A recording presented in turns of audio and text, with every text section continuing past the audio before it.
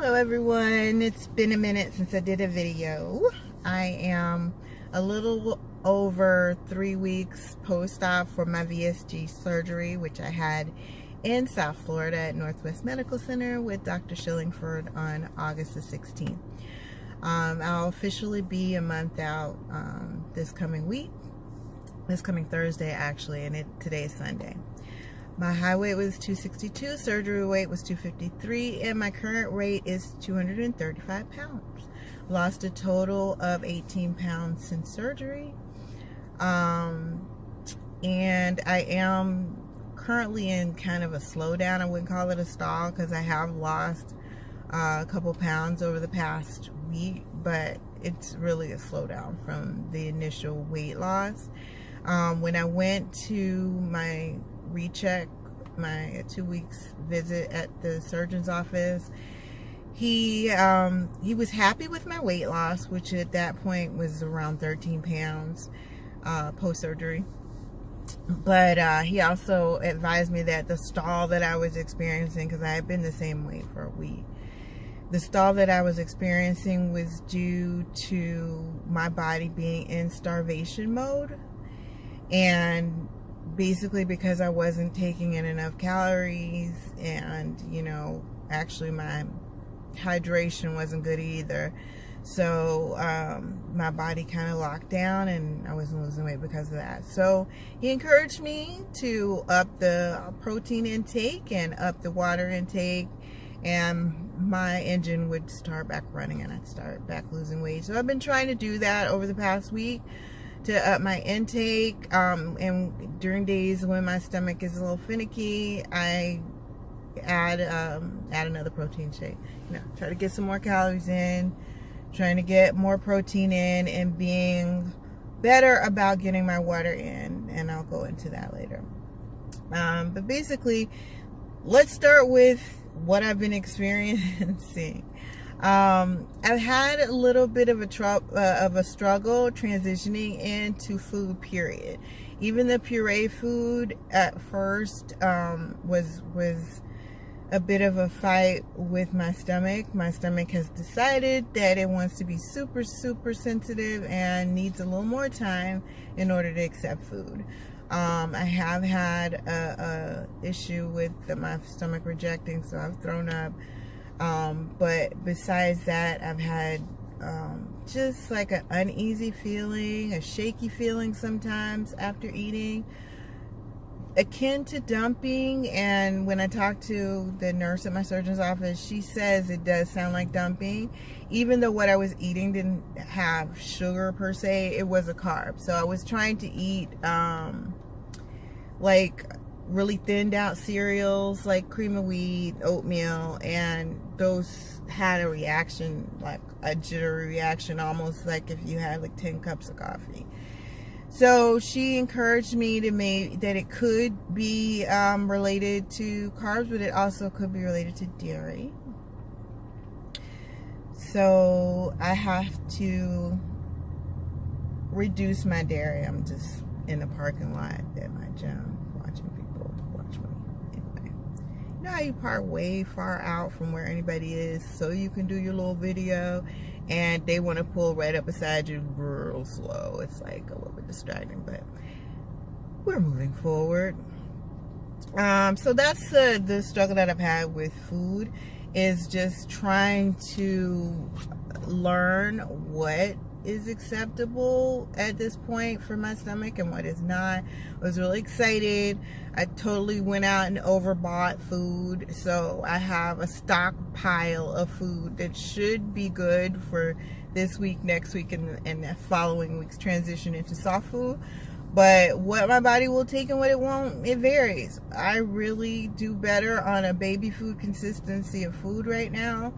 I have found that I can eat like finely minced up imitation crab or seafood, kind of goes down okay, as long as it's soft, as long as I have something mixed in with it, mayonnaise or whatever to give it some slip, and minced it very fine or pureed it. Everything else I just pretty much puree in my food processor to eat. I like a little seasoning. Little seasoning helps. But ultimately, if you eat something and it goes down and it doesn't feel good, for me, it's almost like a pain. Or it gets stuck and you have this feeling of where, you know, you just need to pat your chest and try to help it go down, and then once it gets down there, it just feels uncomfortable, as if you ate, you know, a dry hunk of steak and you choked it down, but it's there, but it's like, you know, stuck. So, okay, that's what I'm dealing with, learning the proper texture for food for me, accepting the fact that I'm not going to be one of those people that can jump right into, you know, having a you know, chicken dinner with my family at 3-4 weeks post-op. I'm probably going to be one of those people who slowly transitions into soft food. It may take me an extra couple of weeks. It may take me an extra month. But either way, I'm learning. I'm learning how to break the food down enough. Things like basic tuna salad, basic seafood salad, cooking extremely soft set eggs, and you know, softening things with cottage cheese and, you know, extra broth or whatever to make them more palatable for me. So that's what I'm doing. There's weird people in this parking lot right now. Anyway, so that's what I'm doing to try to work it out. I have gone out to dinner with friends. I have gone out to lunch with friends. I found that refried beans is my friend. One of the ways I found out that seafood was good with me right now was I went out to my favorite Asian restaurant with my friends, and I had a sushi roll wrapped in cucumber that will be one of my favorite things to eat when I get into regular foods. And I just unrolled it, and it was just a really finely diced pieces of imitation crab and some sort of, you know, mixture, and I ate that and it was fine. And other than that, I had an egg drop soup, you know, so it was fine. And I didn't drink, even though that's our favorite watering hole, and I was okay. You know, I was okay with the not drinking. They were shocked because I was pretty much a big social drinker before the surgery, but it was okay. I didn't feel weird. I, you know, was concerned about not having an incident with the food more so than anything else, but the food went down fine. I've eaten egg drop soup already post-op, so I knew I would be okay with that, and I took a little chance with the sushi roll, and it went down fine. So it was a good experience, and I think, and I didn't have to go in depth with talking about, my friends know, but I mean, as far as others, just saying you had surgery and you can't drink right now, or say you're on a medication and you can't drink right now, and people pretty much accept that. Complications, I think I had already covered this, but I had acid reflux as a complication of my surgery. I had it before. Surgery made it worse. Sometimes that happens with sleep. My doctor prescribed 2 medications, a proton pump inhibitor and acid reducer. I take the acid reducer twice a day, and the Prilosec, I guess it is, like a generic version of Prilosec. I take 1 dose in the morning, and I have not had any problems with acid since. My surgeon advises that maybe as my stomach starts to heal, that acid reflux will reduce or go away. But I do follow several people on YouTube who say that it's a long-term problem for them. As long as I can control it with medication, then I'm fine. Hopefully I won't have to be one of those people who has to get their surgery revised. But for now, it's under control. I don't have any problems with it. How I feel, physically, I feel much better now. I had some days, I did go back to work after 1 week of being home. And, you know, I had some days where I felt weak and shaky. And then I have some days where I feel completely normal. and actually better than normal, because I have a lot more energy post-surgery with just this, basically overall over 25 pounds off of me.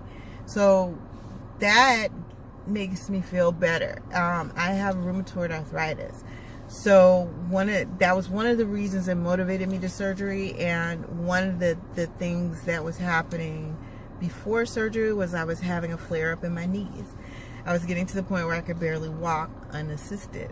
It was going to be, you know, I'm 45. I'd be walking around a 45-year-old woman with a cane. So that was a big problem for me. It hindered my life. My mobility was being threatened. And now with this weight gone, I now 27 pounds, and I have very little problems with my knees at all. So that was the best the best side effect of losing this weight so far. It was what I had hoped for, but it happened so much faster than I could have even imagined. My mobility is greatly improved. As a matter of fact, I am sitting here in the parking lot of my gym about to go out and do my first workout for surgery.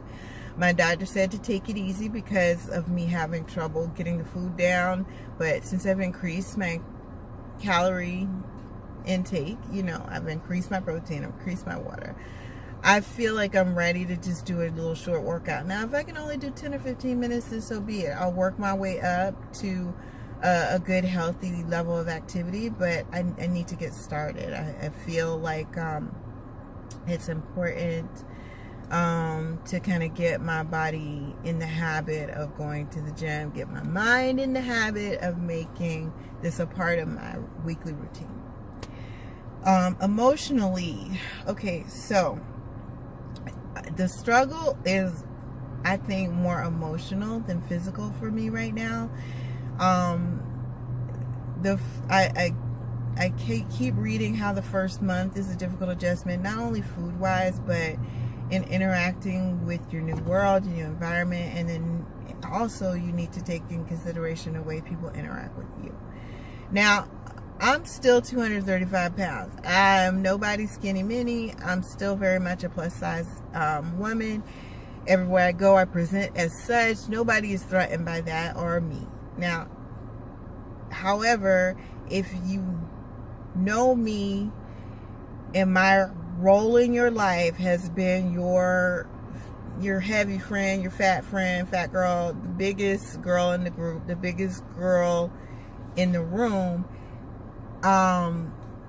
it can make you feel some type of way to see me kind of slowly reducing and thinking about the fact that, you know, I already am starting to look different from what you've always known, and the idea that that's going to probably continue and change my status.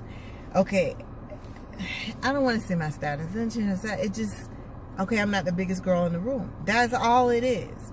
But I'm seeing that it affects people. It affects people, and I don't know. It's like me making this decision to have this surgery seems to be prompting people to almost want to catch up.